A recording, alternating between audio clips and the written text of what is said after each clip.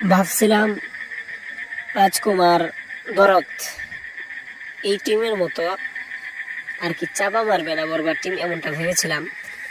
তবে যারাই সাকিব ভাইকে নিয়ে কাজ করে তারাই আমাদেরকে একটু আমাদের সাথে খেলাধুলা করতে ভালোবাসে, মানুষের ইমোশন নিয়ে খেলা করে। এরা দেখেছি আমি এই টিজার। আচ্ছা, তুমি কবে দিবার ঠিক ঠিকানা নাই, টিজার কামিং সুন লিখে দিছো। মানুষের তো প্রত্যাশার একটা রয়েছে। আজকে হচ্ছে টিজার কবে আসবে এটা জানা যাবে।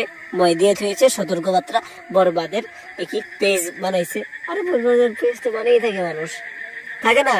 এটাই আমার কি রয়েছে আশ্চর্য ব্যাপার। এগুলো মানুষ দেখতে চায় নাই। এই মানুষ দেখতে চাইছে যে বরবাদের অ্যানাউন্সমেন্ট, টিজার অ্যানাউন্সমেন্ট কবে আসবে, কবে বরবাদটা আসবে, বরবাদের টিজার আসবে।